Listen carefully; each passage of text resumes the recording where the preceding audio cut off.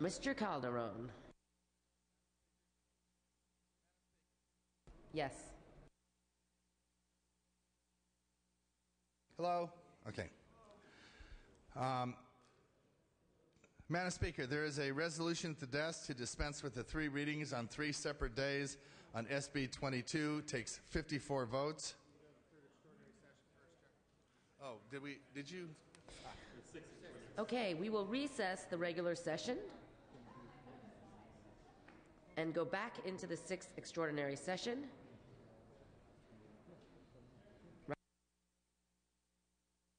Okay, are we in the 6th extraordinary session? There is a resolution at the desk to dispense with the 3 readings on 3 separate days on SB 22. Takes 54 votes. The clerk will read the resolution at the desk to dispense with a 3 reading on 3 separate days. Clerk will read. Resolved that Senate Bill number 22 presents a case of urgency as that term is used in Article 4, Section 8B of the Constitution, and the provision of that section requiring that the bill be read on 3 separate days in each House is hereby dispensed with, and it is ordered that the bill be placed upon its passage and considered engrossed. Mr. Hagman. Thank you, Madam Speaker. We're also asking for an aye vote on this. Okay. All right. Clerk will open the roll. All members vote who desire to vote. All members vote who desire to vote. Both Mr. Calderon and Mr. Hagman ask for an aye vote.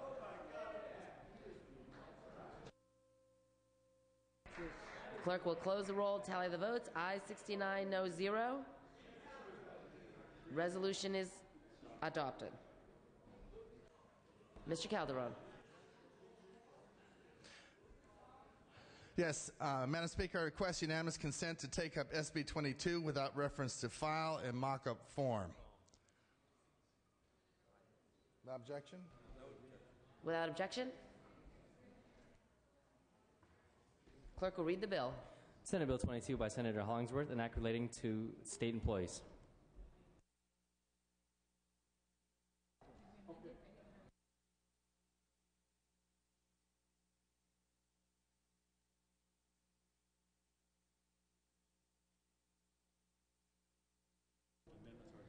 By unanimous consent, the amendments are adopted.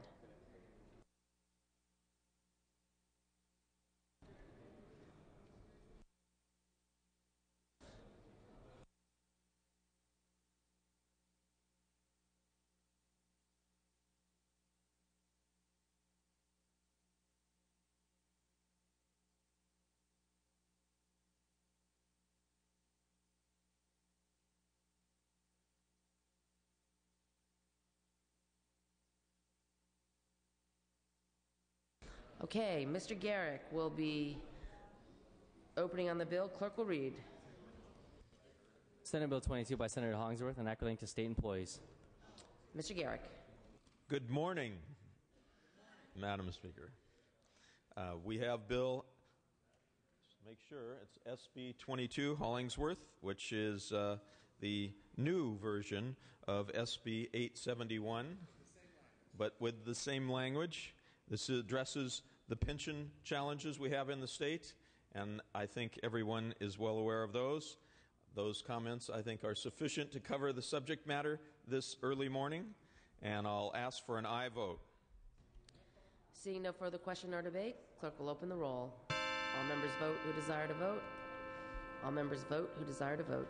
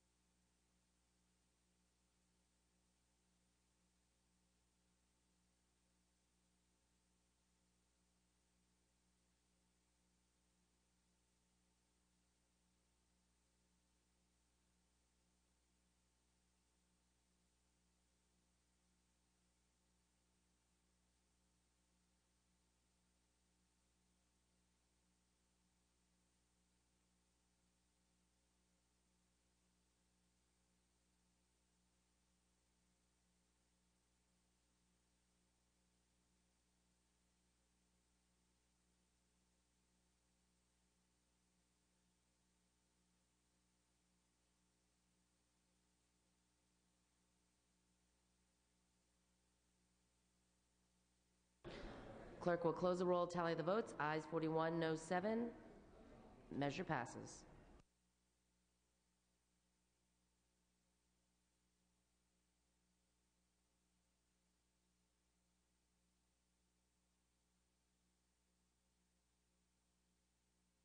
Mr. Calderon requests immediate transmittal to the Senate.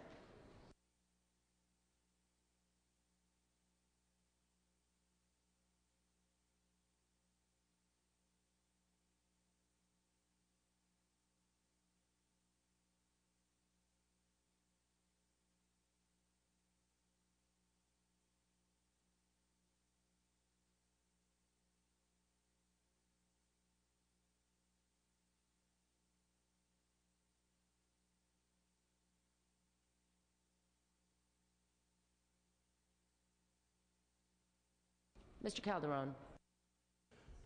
Yes, Madam Speaker, there is a resolution at the desk to dispense with the 3 readings on 3 separate days on AB 11. Takes 54 votes. This is a bill relating to the victims in San Bruno, and I believe there's a support position, but I don't want to speak for my colleagues. But in any event, we need a 54 vote. Okay, without objection, the clerk will read the resolution at the desk to dispense with the 3 reading on 3 separate days. Clerk will read. Resolved that Assembly Bill number 11 presents a case of urgency, as that term is used in Article 4, Section 8B of the Constitution, and the provision of that section requiring that the bill be read on 3 separate days in each House is hereby dispensed with, and it is ordered that the bill be placed upon its passage and considered engrossed.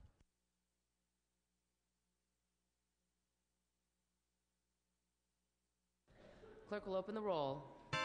All members vote who desire to vote. All members vote who desire to vote.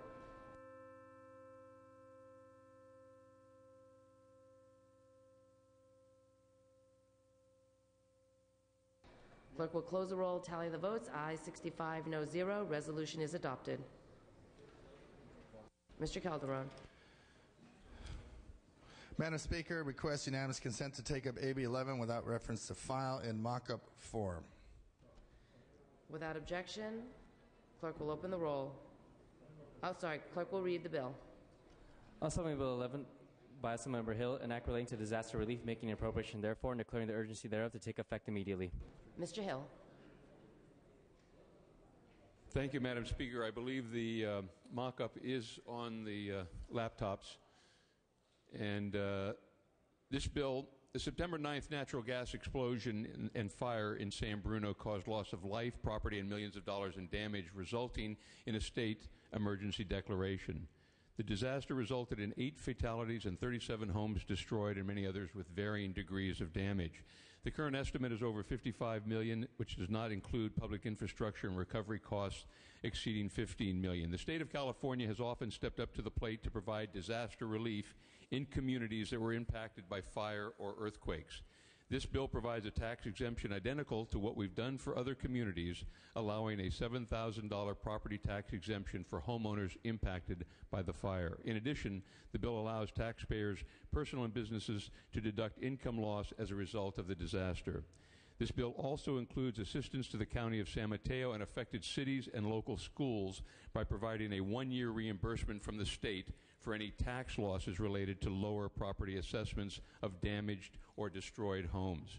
Since there is an ongoing investigation into the cause of this disaster by the National Transportation Safety Board, this bill includes a provision clarifying that if an entity is found to be responsible, they must, I repeat, they must pay the state for any cost associated with this tax relief measure.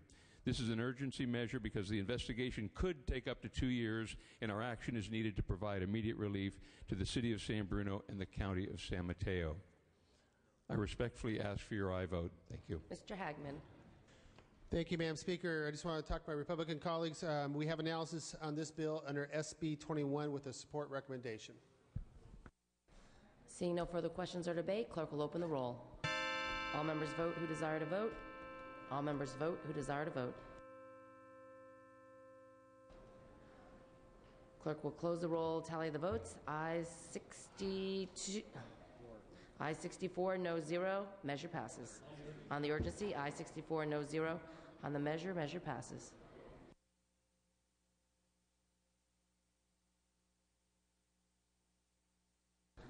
Mr. Calderon requests immediate transmittal to the Senate.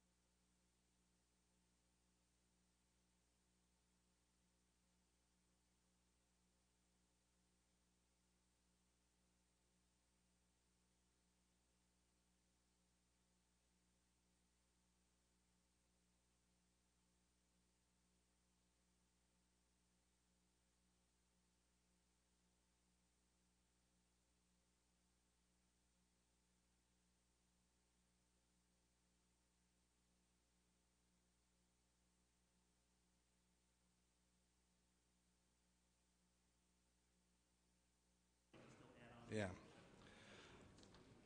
All right. Mr. Calderon. Members, if you missed the vote on that last measure by Mr. Hill, you can still add on after we adjourn. Madam Speaker, there is a resolution at the desk relative to the final adjournment of the 6th extraordinary session. I request unanimous consent to take up ACR 1 without reference to file for the purpose of third reading. Without objection, clerk will read. Assembly concurrent resolution number 1 by Assemblymember Calderon relative to final adjournment of the 2009-10 6th extraordinary session of the legislature. Does anyone have to?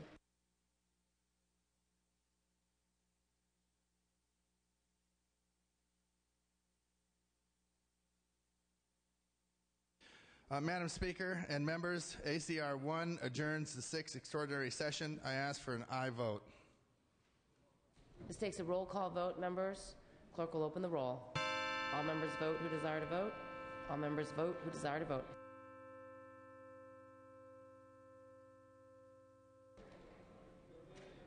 Clerk will close the roll, tally the votes. Ayes 70, no 0. Measure passes. Request immediate transmittal to the Senate.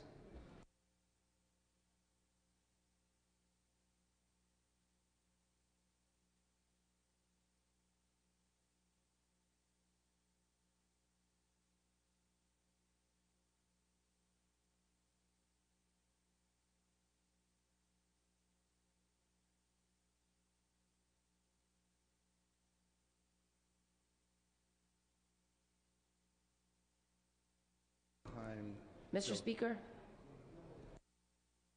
you're recognized.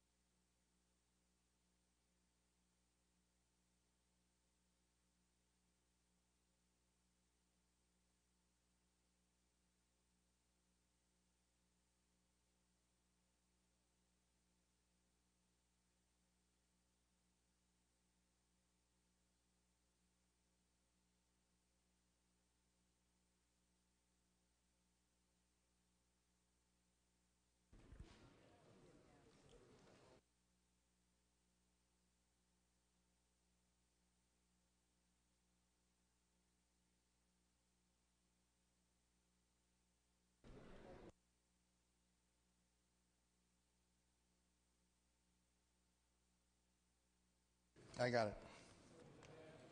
Mr. Calderon. Yes, Madam Speaker, I request unanimous consent to allow Mr. Fuentes to take up AB 1676 without reference to file for the purpose of concurrence and Senate amendments. Without objection. Clerk will read. Assembly Bill 1676 by Assemblyman Fuentes and others, an act relating to elected officials and declaring the urgency thereof to take effect immediately. Mr. Fuentes. Thank you, Madam Speaker. Members, I ask for your concurrence in Senate amendments to AB 1676. Existing law requires that a person running for office reside in the district that they aspire to represent for a proscribed period of time in order to be qualified. The law is unclear as to whether they must continue to reside in the district after they are elected. This lack of clarity is problematic for a number of reasons. First, the people of a district have a right to be represented by someone who lives in their district and understands the unique needs and desires of the constituents.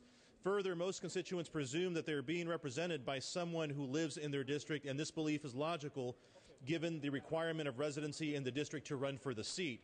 Finally, the public good is best advanced when representatives are in touch with their constituents. To allow elected officials to live in areas potentially far removed from the district they were elected to frustrates the goals of representative democracy. Senate amendments did the following. It clarified that the residency requirement is actually a domicile requirement. It added an urgency clause, and it also added a fraud element to the criminal provision. This bill passed out of all policy and fiscal committees in both houses unanimously. It was stuck on the Senate desk, and I'm asking for your vote. I vote on concurrence. Mr. Adams. Thank you very much, Madam Speaker. Members, I rise in support of the measure, but I do want to raise a substantive objection. Why? Because it's my last chance to do so, and why the heck not?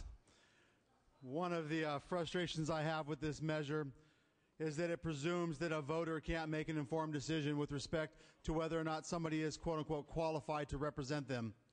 I take issue with that presumption. I think it's clear that a voter has the opportunity and the right to make an informed decision about whether or not somebody who was outside of the district can or cannot best represent them.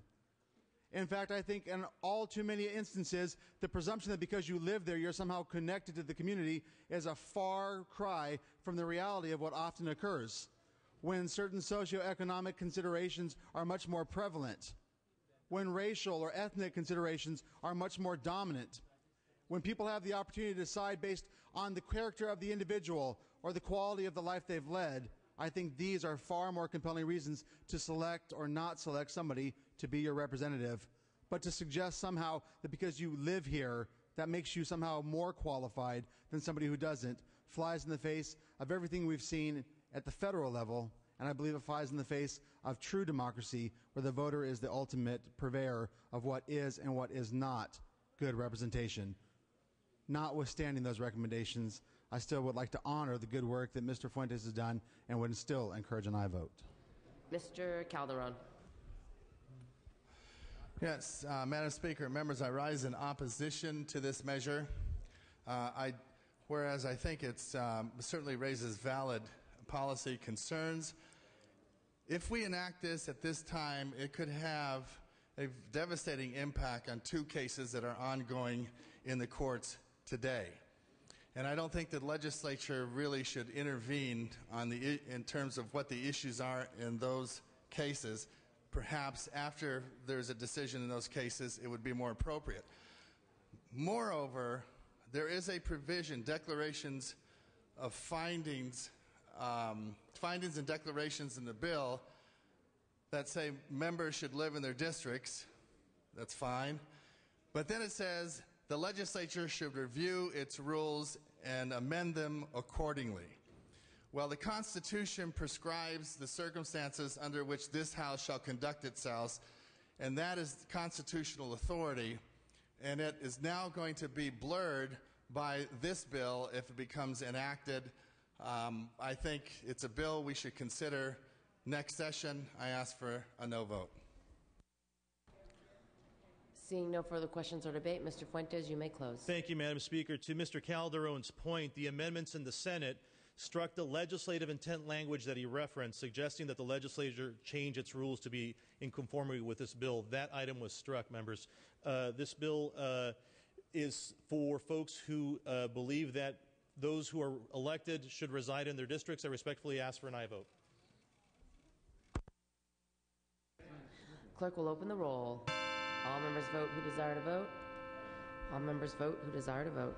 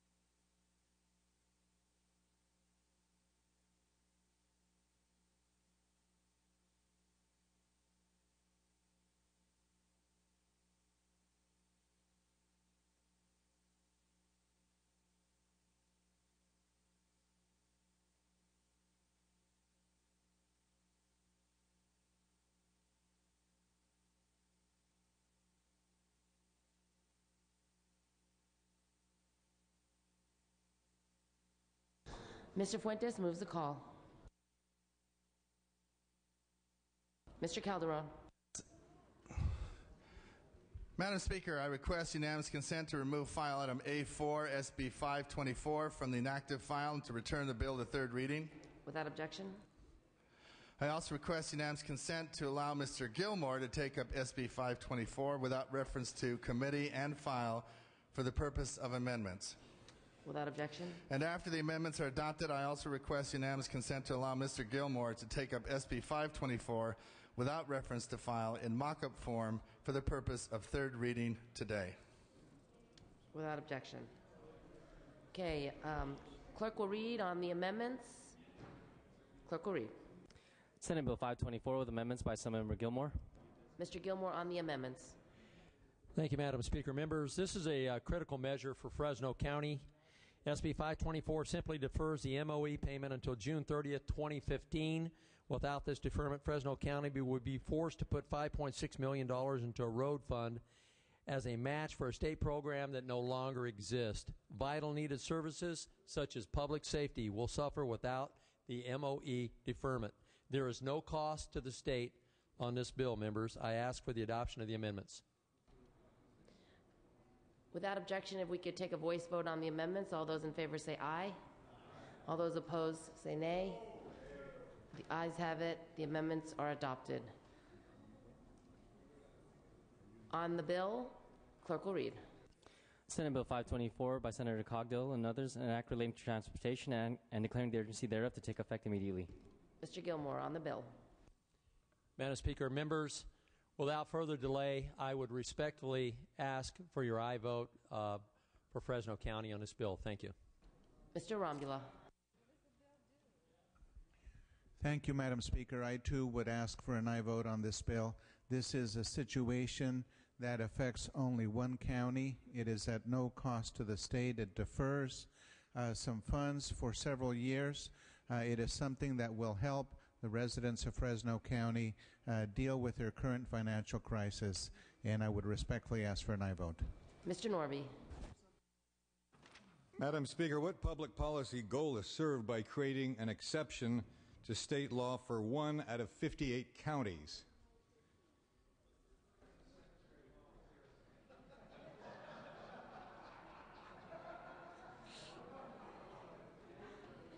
Seeing no further questions or debate, Mr. Gilmore, you may close.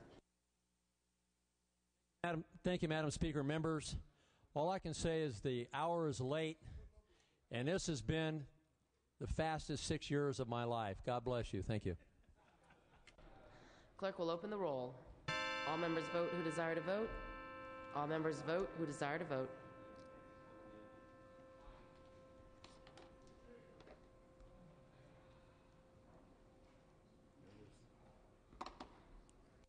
Clerk will close the roll, tally the votes. Ayes 62, noes 3 on the urgency. Ayes 62, noes 3 on the measure. Measure passes.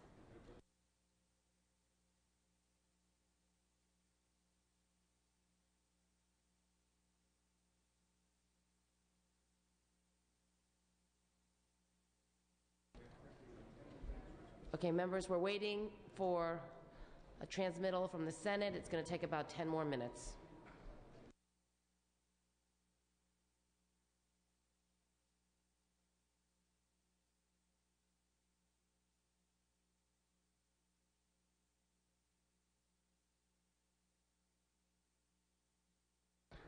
Yes, Mr. Calderon requests immediate transmittal on SB 524 to the Senate.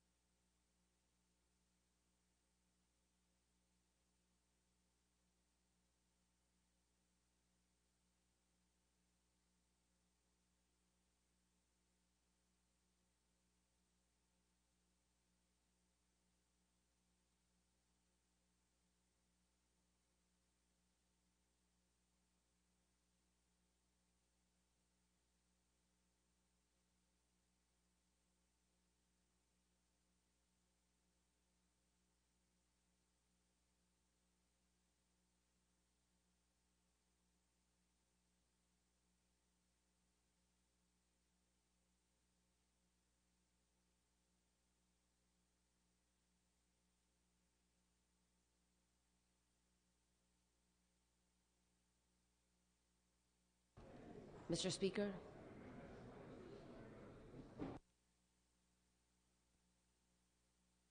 Okay, members, we're going to lift calls. We've got 3 bills on call. I'm just going to lift them in the order they're on your computer.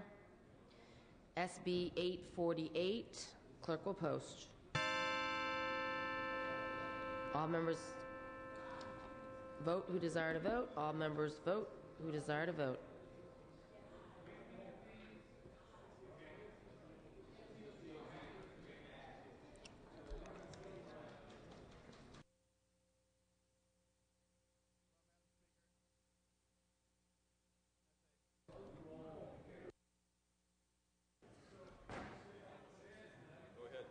Yeah. As they say in the South, dang. Announce the vote. Clerk will close the roll, tally the votes. Ayes 12, noes 33. Measure fails.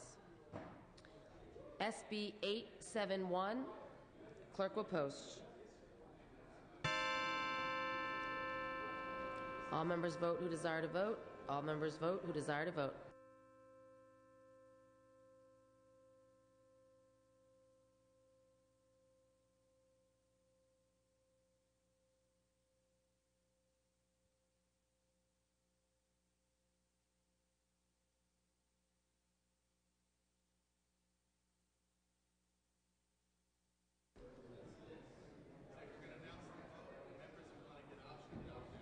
Okay, members, we're going to announce the vote, so any member who would like to get off the bill, now is the time.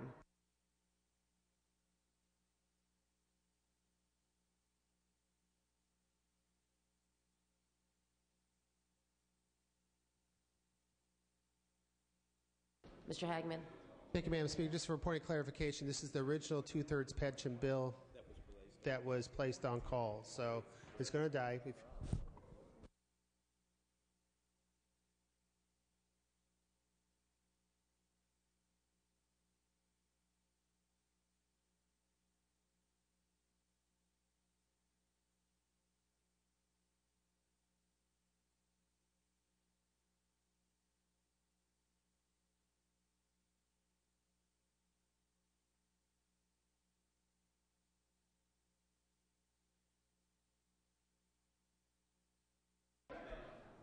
Clerk will close the roll, tally the votes. Ayes 13, noes 14. Measure fails. AB 1676, clerk will post. All members vote who desire to vote. All members vote who desire to vote.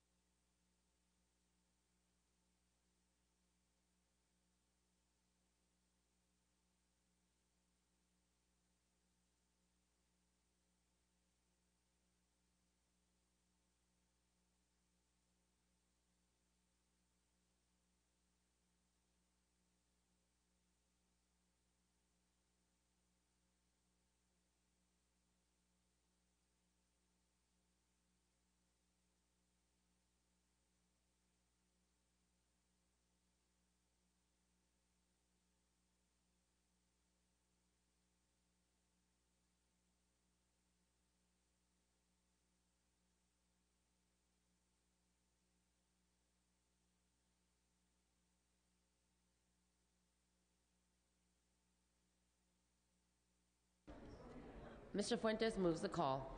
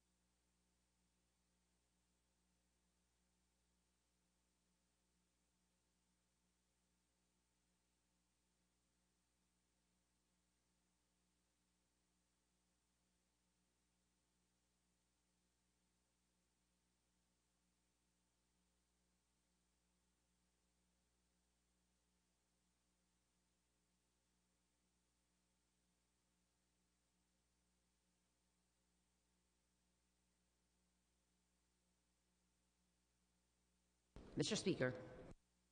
Madam Speaker, while this bill is on call, I just wanted to take a few minutes to thank everybody. Good morning, members.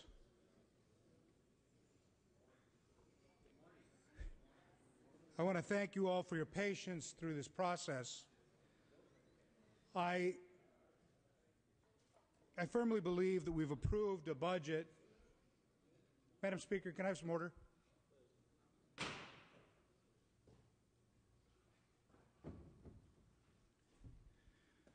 I firmly believe that we've passed a budget that does right by the people of California.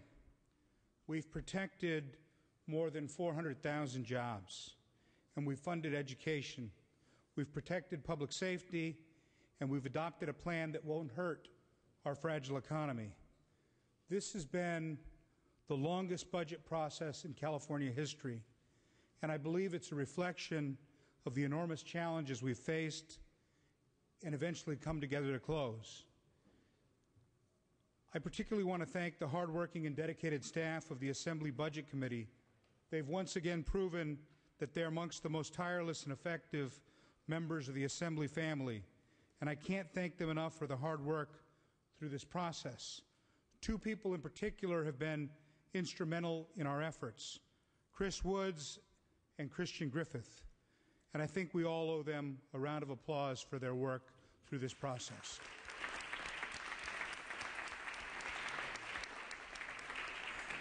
Together, we've delivered a budget that does right by the people of California. That wouldn't have been possible without the work of our Budget Committee staff on both sides of the aisle, and indeed all of the staff who remain with us at this, I was going to say late hour, but I guess it's early hour. We clearly have much work to do in the coming year, but for the moment I believe we can take satisfaction in crafting and adopting a budget that reflects the shared values of Californians and that moves us forward on a pathway back to prosperity. For the members who cast their final votes tonight, I want to thank you once again for your service.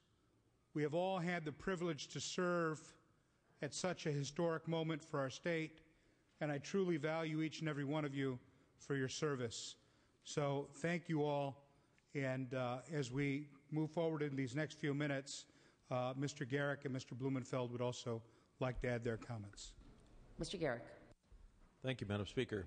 Good morning, everyone. In this late, or as it is early hour, as my BlackBerry's going off and I'm getting the morning report, I definitely know it's morning. Wanted to join in the Speaker's comments as it relates to the challenging times that our state, that all of us love and are honored to serve, have been facing and continue to face. In this recent 2 days, 36 hours that we've been engaged here, we have addressed numerous issues throughout our legislative hours and day here. We have addressed the challenges that the budget presents, along with many others. But it's been an honor for all of us, I know, speaking for myself and many of my colleagues, to work together. There are two individuals I wanted to recognize right out that are leaving from my caucus. We have several that are moving on, but there are two individuals that are leaving early, both with his melodious tones and wonderful speeches, Anthony Adams, and the honorable and truly a great friend, Danny Gilmore. I'd like to recognize those two.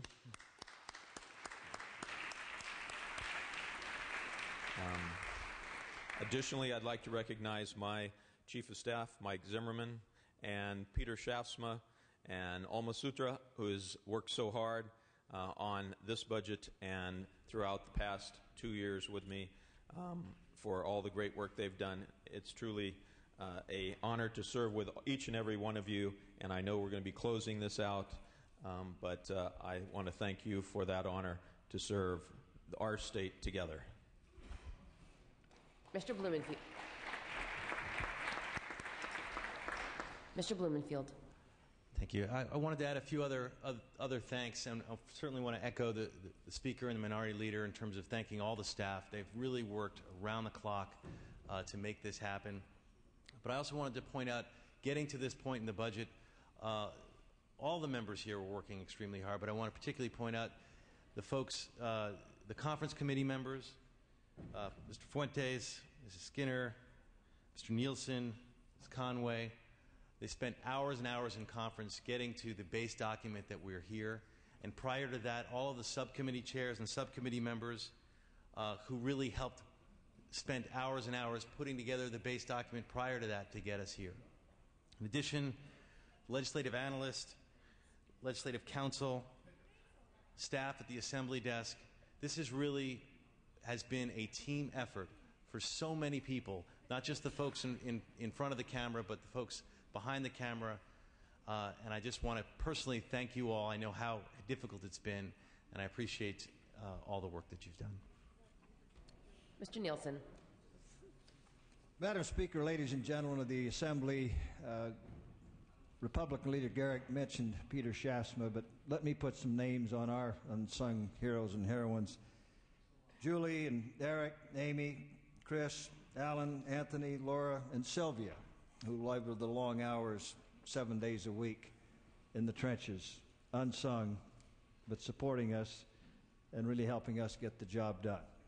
And also all the members who have labored so very long on the budget subcommittees, the conference committee, leadership, the Big Five negotiations. Indeed, it's arduous and it's culminating, and the people's business has gotten done this morning and this last night. A bit late, and I would hope that we're never ever this late again, but it has been accomplished, and it is a responsible budget, and it's better than just a punt budget. There are some sustaining changes and reforms that will be enduringly helpful in the future. And so the business is done tonight. We all deserve a rest. Look forward to seeing you back in December. Okay, members, we're going to lift the call on AB 1676. Clerk will post. Clerk will close the roll, tally the votes. Ayes 41, noes 10. Measure fails. Mr. Speaker. Members, there's perhaps only one way I can truly thank you this evening. Pursuant to the provisions of Joint Rule 51, I move that the Assembly now adjourn for the final recess of the 2009-2010 regular session. Adjournment sine die on November 30th, 2010. Mr. Garrick seconds. That this session is now adjourned.